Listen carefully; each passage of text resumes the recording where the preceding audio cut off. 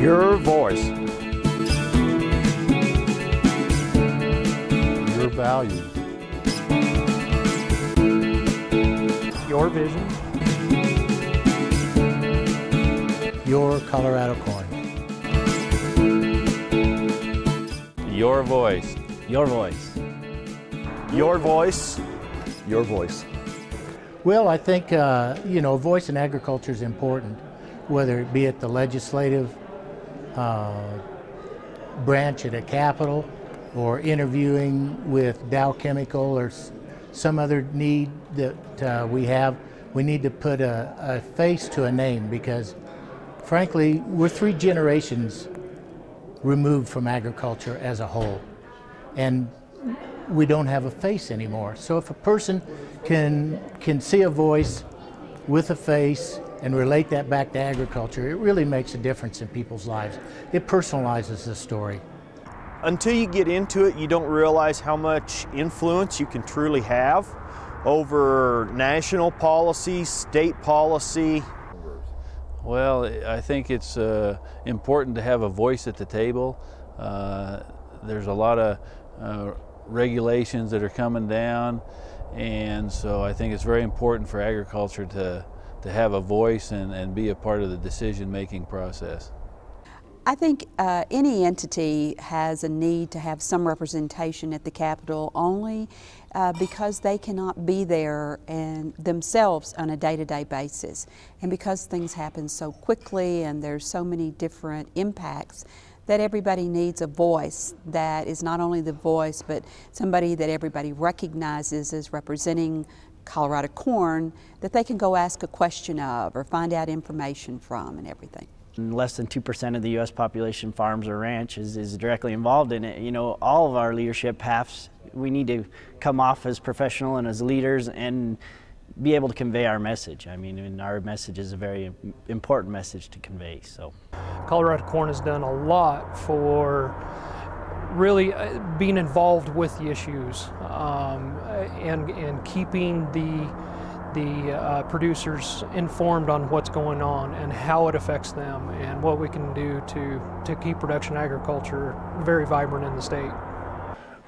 Some of the major highlights that we've had have been the transportation issues. You know, we had some legislative work done earlier on last year in 10 that needed to be refined, and so that we worked on with Representative Jerry Sonnenberg and got some of those things passed through. Water issues are always forefront on what we're dealing with. It's one of those things that if we don't have water in Colorado, we're not going to produce the amount of corn that we need here for our local usage. And so the Republican River Project is what I've been involved with directly. Your values. Your values. Your values. Your values. The Beef Battalion, Colorado Corn got involved in that in 2009. And the Beef Battalion, what we do is all the troops that come back from the war, Afghanistan, Iran, every one of them is going to get a steak dinner that comes back to Fort Carson. We start with, you can't get a better meal than a good ribeye steak dinner, and Colorado Corn supports our beef industry. That's where a lot of our end use goes to in our corn. Livestock is important to Colorado corn, and so Colorado corn is also important to livestock. So there's a lot of things that we can agree on there, and to tell our story together. The two go hand in hand. The big issues in 2011, I think probably the misunderstandings around the fuel that we produce from number 2 yellow corn, which obviously is ethanol. I think for the most part, a lot of people have confused the issue or issues. They don't understand the good that it does, the jobs that it creates, and the independence from foreign oil. So there's a lot of misunderstandings out there because the voices on the other end have been very highly propagandized. So I think it's important for us to tell the story about ethanol and about what it really means to corn and to Colorado agriculture as a whole. Your vision. Your vision. Your vision. Your vision. I guess there's several things that stand out for me on research, but most of it has been to do with either water issues. If we can lower our inputs and increase our yields, that's what I'm really interested in. What we do with the promotion of ethanol is we've been promoting blender pumps, E85 pumps, both infrastructure and the use of ethanol with gasoline. We've worked on E15 is what we've been promoting the new use of E15 instead of E10 as an enhancement for air quality. You can raise a crop, but if you don't sell it for enough money, you don't make any money. You can't stay on the farm and make a living. That's what I found out, and how I got real active in Colorado corn. We want to improve how corn is looked at in the state, how corn is used, in different ways. Corn seed, we've supported our technology with our fertilizers. We're supporting the technology with our farmer. We're helping them produce more with less acres. Your Colorado corn. Your Colorado corn. Your Colorado corn. Your Colorado corn.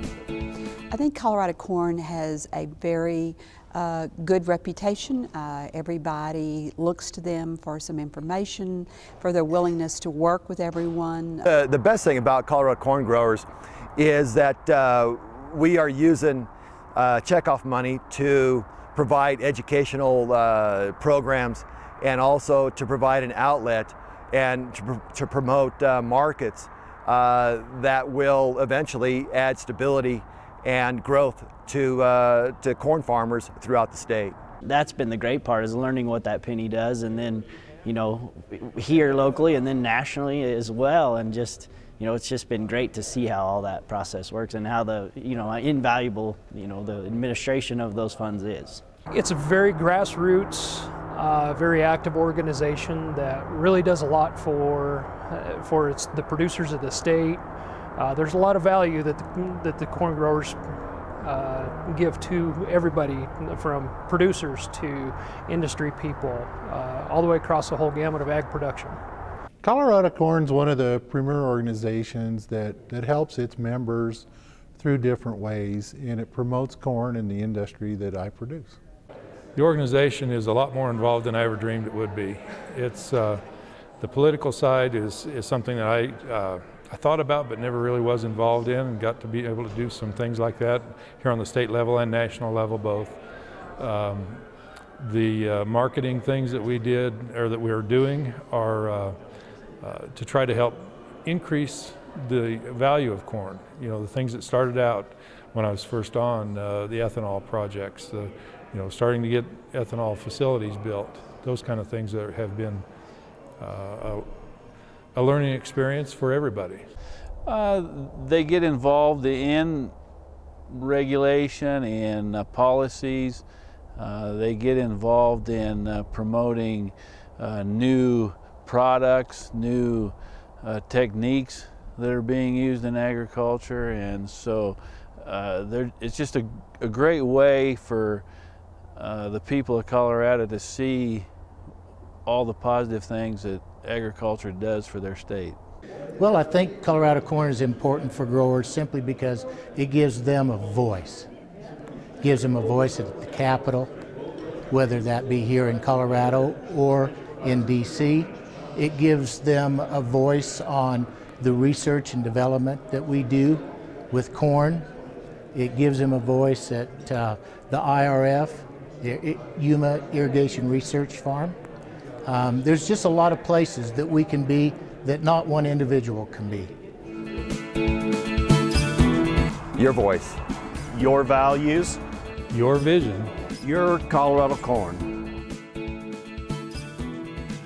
To enhance our stakeholders' way of life. And to provide vision and direction for current and future challenges. By enhancing the value of corn.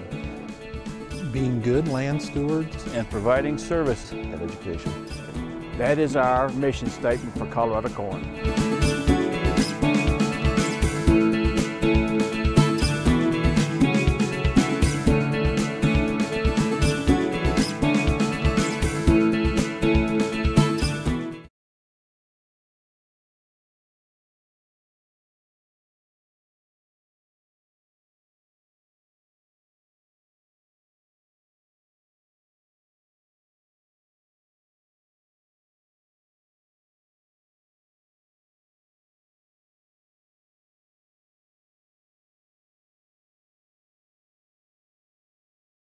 Your voice. Your values. Your values. Your values. Your values.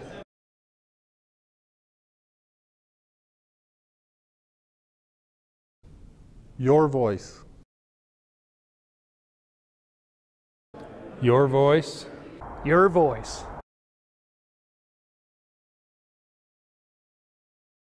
Your Colorado corn. Your Colorado corn.